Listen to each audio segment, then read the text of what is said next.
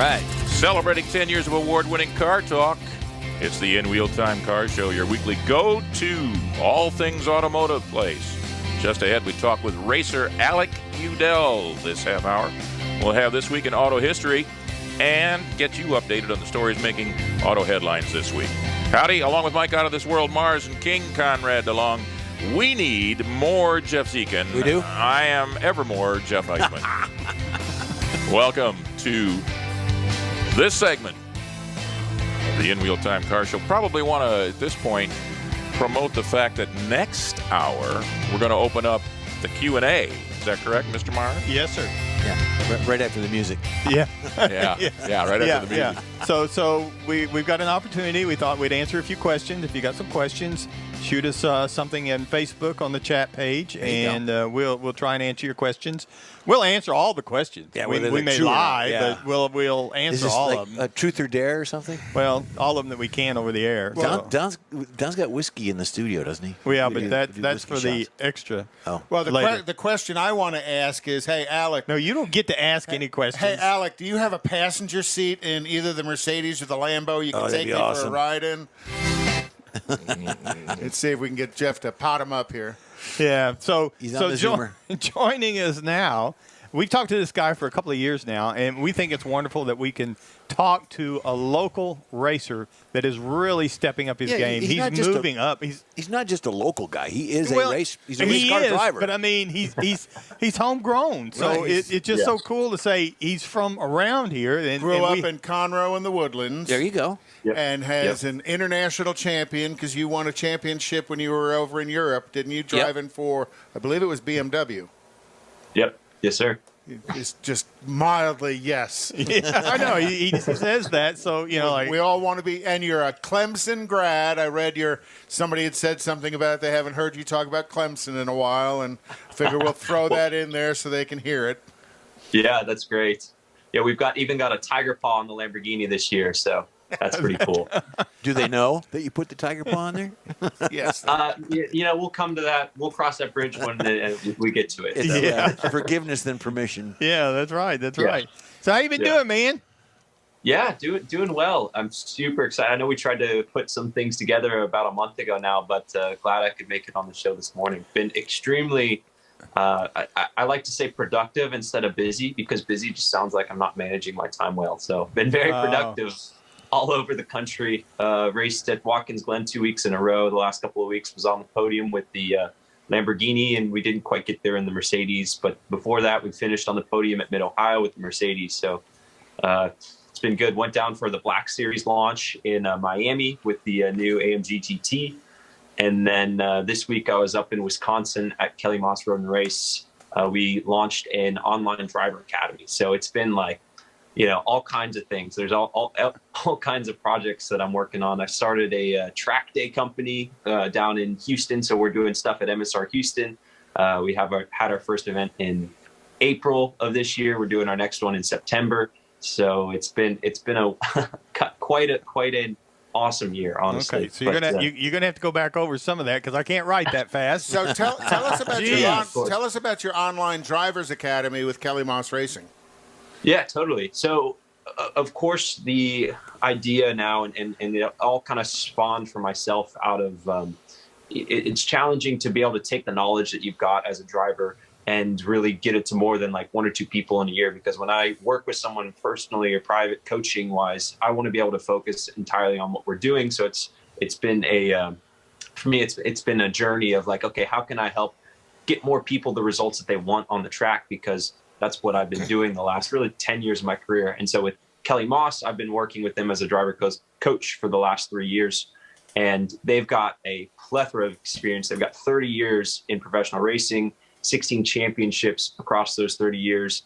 And then combined with the knowledge that I have from the 10 years of driver coaching, 2 championships as well in professional motorsports, we're like, okay, we can take this plethora of knowledge on the racing team between the drivers, the engineers, driver coaches, the team owners, and really get it into a online platform to where we can bring it to more people. So what we've been doing is this week we had 3 live sessions where we had training on how to brake properly, how to prepare for a racetrack, looking at like track maps, onboard footage, and then how to actually approach a turn once you get to the racetrack. So really teaching people how to maximize your time on the track by preparing beforehand. And that's what we do at KMR.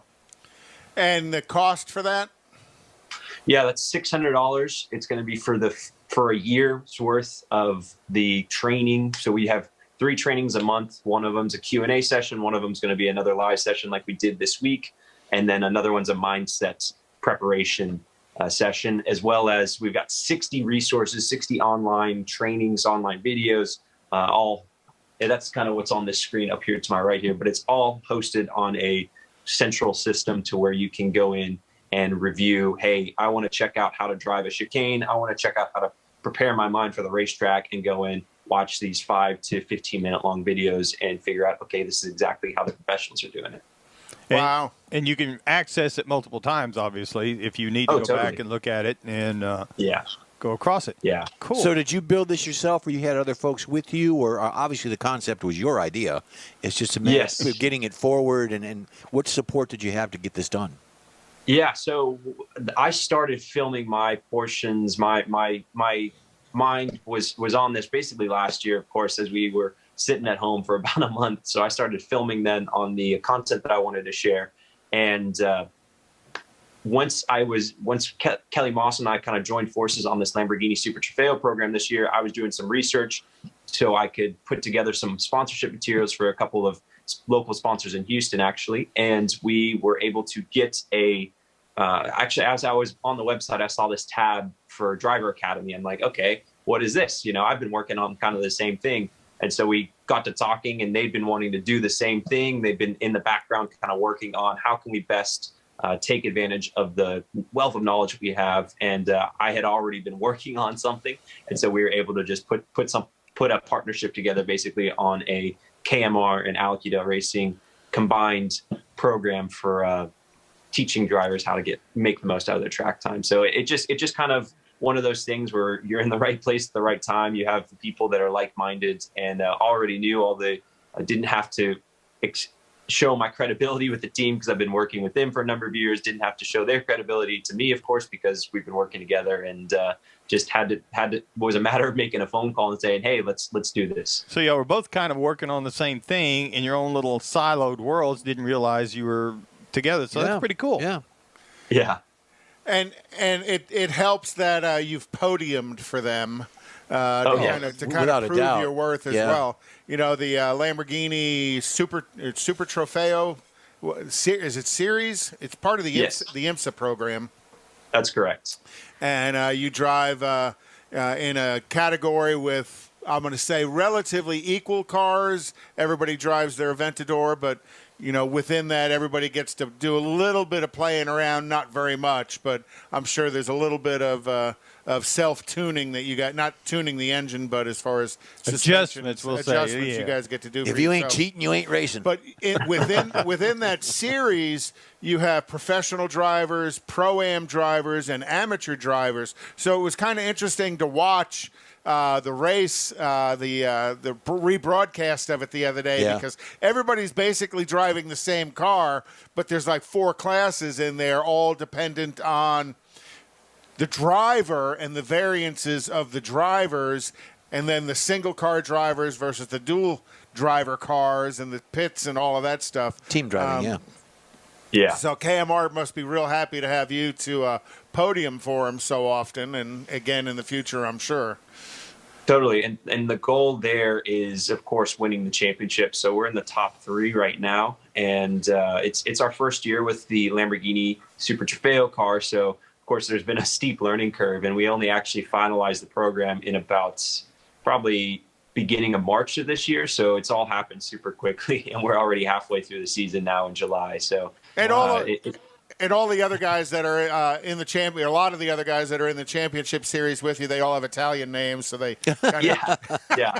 So there's a few of the development drivers for the Super Trofeo car that have been racing against this season as well. So we're doing well. We're just still working on that win. Thought we'd get it at Watkins Glen a couple weeks ago. I was up on the pole position, up on the first starting spot for one of the races, but just couldn't quite convert it into a win. So. And how was it driving the Glen? Have you driven there? Have you driven there before? Yes. Yeah.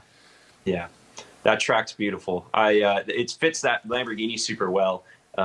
We are doing 175 mile an hour before going into the bus stop. And that thing is just, it's awesome. I mean, the track is amazing. It's, you know, all the banked turns, all just so high speed flowing. And, I mean, people like to say it's kind of makes you a little nervous when you're driving around there. But to me, I love the circuits that punish you if you make a mistake, because it really gives you that extra bit of adrenaline to keep the car on the track and keep it where it needs to be. So stay focused. So 170 going into the bus stop, what do you gear down to take that bus stop? Yeah, in that car, we'll use fourth gear through the bus stop. You can carry quite a lot of speed. Oh, you can carry it. Okay. Yeah, so we're up in sixth gear down to fourth gear. Wow. But you also raced in the GT4 race as well. That's correct. With the Mercedes, and I know you have your AMG hat on. So got my AMG I'm not hat. Sure. I see the Lambo in the background, the AMG hat. So you're well rounded today. Well, just to we follow all of us follow you on Facebook, I'm sure, and then just recently, when they ran the race on TV, Konrad was texting everybody, "Hey, turn it on." I actually recorded it, so there you go. Awesome. We're fans. We all want to be you. Yeah, exactly. Or go for a ride with you when you're there, but I know that won't happen. No, I'll stand back and watch. I've got to get you down to one of my track day events. We can make that happen. Not at 170. No, thank you. So what was your not necessarily your pole time, because I know that's a little unique, but what's your average in the Lamborghini? What's your track time going around the long course at Watkins Glen? Yeah, we're running high 1 minute 46 second laps to low 1 minute 47 laps in the race. That's about our average race lap time. And then what about in the AMG? In the AMG, that's about 150, high 155s, low 156s. So it's like 10 seconds slower. And then let's say they're the GTD cars, what kind of lap times were they running? In the race, they're running 1 minute 45s, 1 minute 46s. Oh, so you're right in the same category. You're right in the same speed range as the GTD cars. So how do you prepare yourself from going from one vehicle to the other when you race? I mean, you got the Lambo, and then you got. Besides it being a little bit slower, there's got to be other unique things with that vehicle. One's mid-engine, one's front-engine. Well, and how do you prepare for that? I mean, there's got to be some technical things you do to get yourself going to those speeds. Definitely. So there's a little bit of difference, obviously, between the two cars. Of course, there's a huge difference between the cars in the way that the layout is, front engine versus mid-engine. And then the power difference between the cars is very large as well. So the GT4 car, you drive more like I want to say low horsepower or momentum car. So you try to carry a bit more mid-corner speed. The Lamborghini has about 600 horsepower. So we're really focusing on the exit and getting to power very soon.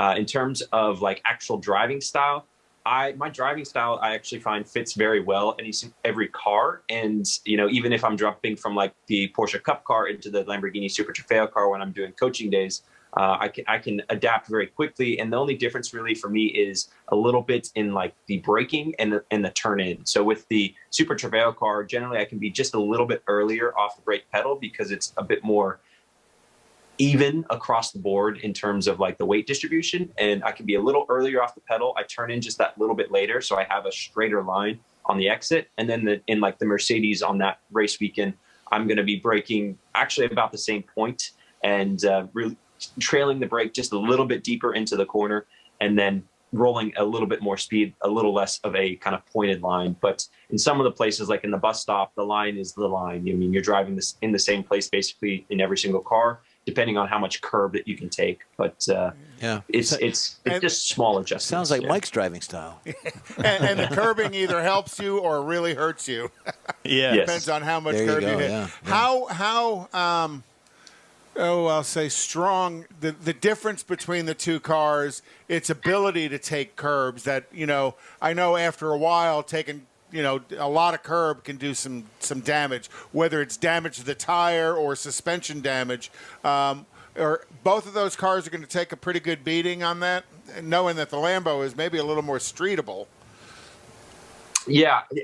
So with the Lamborghini and with the GT4 cars, they both have pretty stock let's call them suspension setups. So like the control arms and all the suspension geometry is the same. The shocks are going to be a little different in those cars.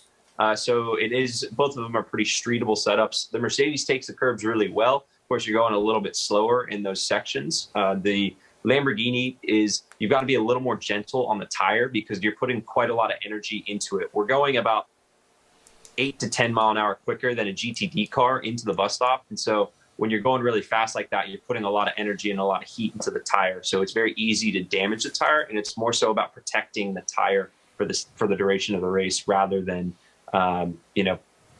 protecting the car, because the car could actually take it. You're not damaging the car too much in the bus stop, at least. I mean, there are other curbs. If you're going to hit the curb, you damage the shock or bend a shock or something. But for the curbs at Watkins Glen, it's more about protecting the tire rather than the car. Yeah, I always love that photograph of you're looking at the front of the cars. You're coming through the S's, and you take that final S, making the left. And you're airborne. And that inside front tire, you can just see clear underneath it as you're coming off the curb. That is such a great photograph. I don't know. Yeah. Is that the photograph you have behind you? Yeah. Right We're talking about that one? So listen, Alec, before we run out of time, what do you got coming up that you can share with us? Totally. So next week, I go to Lime Rock Park with the Mercedes. We close our registration. We're only taking 50 people in the KMR Driver Academy because we want to have a really focused first group. And you can find out a bit more information about that on the Kelly Moss website under the Driver Academy tab. And then after that, we'll be testing at Road America. We race at Road America the first weekend of August in the Lamborghini again. So yeah, I've already posted up the Driver Academy link on our Facebook page awesome. for you. I appreciate that. Thank you. Maybe get the word out a little bit. So have you been to Lime Rock before? Yes. Yeah. It's been a couple of years, but I've raced there a number of times. Do you find Lime Rock, I'm going to say this, it's going to come out wrong, a little boring compared to Watkins Glen or Coda? Quite the opposite, because you never get a break there. Yeah, the lap times are so short, and you are always doing something. Especially if you have multi-class racing, which we have, you're always passing or defending from someone. So it's one of those circuits that you really have to be on your game the whole time, as well as it's very physical as well, because the straightaway is like extremely short. Yeah, I think we'll probably get to fourth gear, and yeah. So you mentioned you've got the nomenclatures for these, like the GT. Is it GTE? GT4. GT4. So what do those actually spell out? What do those mean? The GT4. What does that mean? This is a test. GT just Grand Touring. Grand Touring. 4 just the level of class. So you've got GT4, which is going to be the kind of the lowest level of these homologated street race cars. Okay. Yeah. And then GT3. And then that's the same thing, but a little bit faster. And so GT3 is the same, or is the designation for the cars. GT Daytona is the IMSA class. And then beyond that, you've got GT2, which isn't necessarily raced all that much in the U.S. And then GT LM, so GT Le Mans is raced in. Okay, Grand Touring Le Mans. Okay. In IMSA, yeah, exactly. And the worldwide class for GT LM, GT Le Mans is actually called GTE, and I'm not sure what the E stands for, honestly. I'm everywhere. Everywhere. Europe. I like the Daytona prototypes because Cadillac is in that, and they do win quite a bit. So just get into that. Yeah.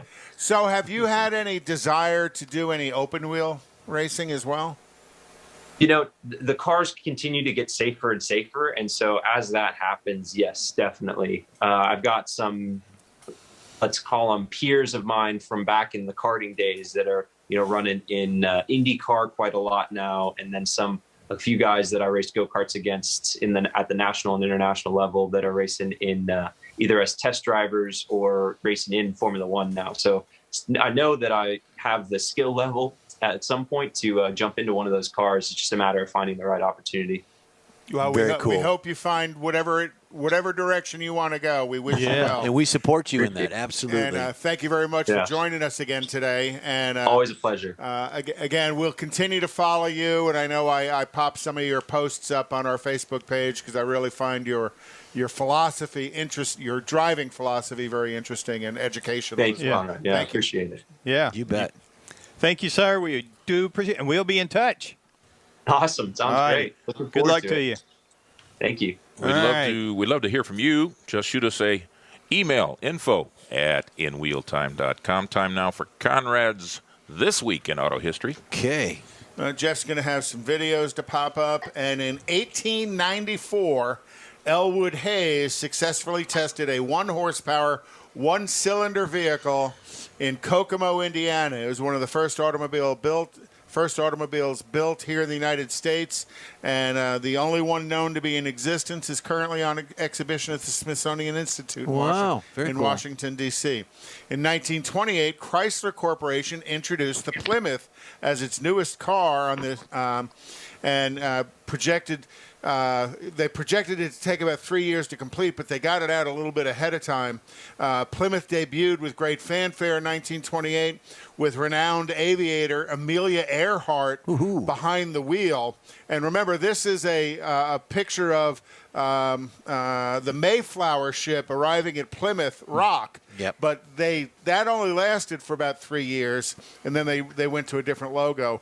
And out at Hemi Hideout, John Hovis has a number of these signs from Plymouth back in the day. Yeah. When are we going to be back out there again? Well, I think we've got a date set, we got a date in September. Okay, good. Good. I'll be there. And then if you give me the next picture, I think it's Amelia Earhart. They used her in some advertising in the launch of the 1928 Plymouth. So you got to think that's a pretty big name back in the day. It's a cool looking car too. Oh, very much so. In 1957, Fiat launched the Cinquecento in Turin, Italy this week. And was designed by Dante Giacosa, and it was marketed as a cheap, practical town car. You think? It was a 479cc 2-cylinder air-cooled engine, and they termed it as a 500. So let's. Is that the only trim level? Was the 500? The 500, like a LS? Or well, no, they had some. LT. The first year, this is all they had. In later years, they came out with kind of a wagon-looking thing. Drop an LS in there. But in 50 years later, Fiat and FCA released the Fiat 500 Nuovo, which was launched officially in Turin, Italy 50 years later, and they still sell that car today. And if you've ever seen one, it's quite a bit larger than the 1957 version, but it is small by comparison to today's cars. Or this table we're sitting at. It looks like it was in the Cars movie. Yeah, yeah, very much so. In 1985, Jim Patterson purchased a custom-painted Rolls-Royce Phantom 5 that belonged to John Lennon. He paid $2.2 million for this car, and mainly because of the notoriety of John Lennon owning it. Is why the Sotheby's initial estimate was 10 times less than that. They'd estimated this car to go for somewhere around $250,000. And then also in 1985, the blockbuster action movie Back to the Future, which featured John DeLorean's iconic car, the DeLorean, in time travel as a time travel device.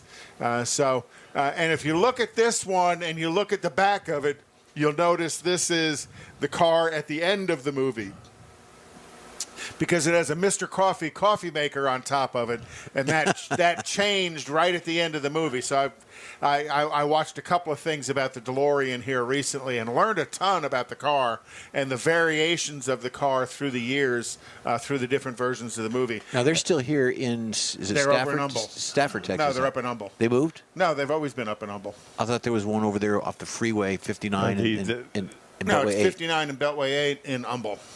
Yeah, it's actually in Humble. Yeah, and it says DMC on it. It is DeLorean. They bought the full inventory of it. In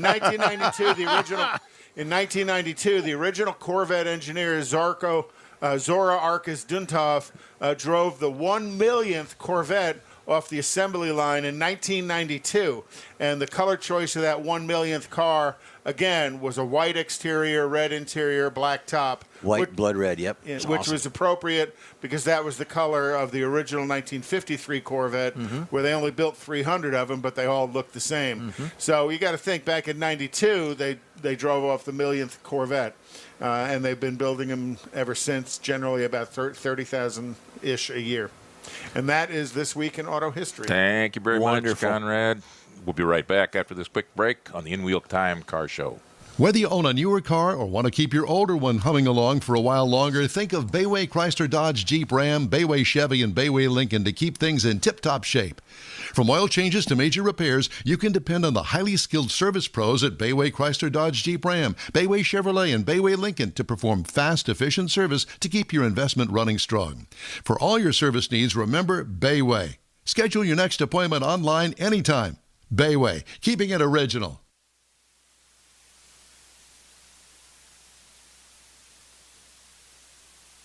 Tailpipes and Tacos, Houston's premier monthly car cruise-in returns Saturday, July 17th at 2 Loopy Tortilla Mexican restaurants in Katy and inside the Loop on the Southwest Freeway near Kirby. Tailpipes and Tacos is free and everyone's invited. You'll see collector cars, hot rods, customs, magnificent originals, and resto mods at 2 locations. Cars from all over Southeast Texas cruise in and show off in a friends and family event at the Loopy Tortilla Mexican restaurant on the Grand Parkway at Kingsland Boulevard just south of I-10 in Katy, and inside the Loop on the Southwest Freeway near Kirby. Drag racer, car enthusiast, and Loopy founder Stan Holt brings you Houston's hottest cruise-in. Tailpipes and Tacos, inside the Loop on the Southwest Freeway in Kirby, and in Katy on the Grand Parkway just south of I-10, where you'll see the In Wheel Time Car Show. Get your ride ready, and we'll see you at the Tailpipes and Tacos Saturday morning cruise-in, July 17th, 8 to 11 a.m., weather permitting. You see all the new ceramic car wash cleaners on TV now, but John Gray at Gulf Coast Auto Shield has been using ceramic coatings on Houston's most expensive cars for years, and he'll tell you that nothing beats the real thing. Gulf Coast Auto Shield installs a coating over your paint that actually comes with a warranty. If you just picked up your Lambo, your Aston Martin, Porsche, Ferrari, any other exotic car, chances are your car will have company that have already found Gulf Coast Auto Shield. Now, you don't have to own an exotic. Maybe you got a truck, an SUV, or even an older vehicle that needs a little love. Well, let John Gray give it a look and give you an estimate on refurbishing that paint and making your vehicle look new again. How about getting a gift certificate for the wife's birthday or anniversary from Gulf Coast Auto Shield and tell her, honey, I know you love your car, so why don't we get it looking new again? Cool. It'll be the best gift ever, one that she'll never forget. All right. Get hold of John Gray at gcautoshield.com or give him a call, 832-264-0670. Gulf Coast Auto Shield.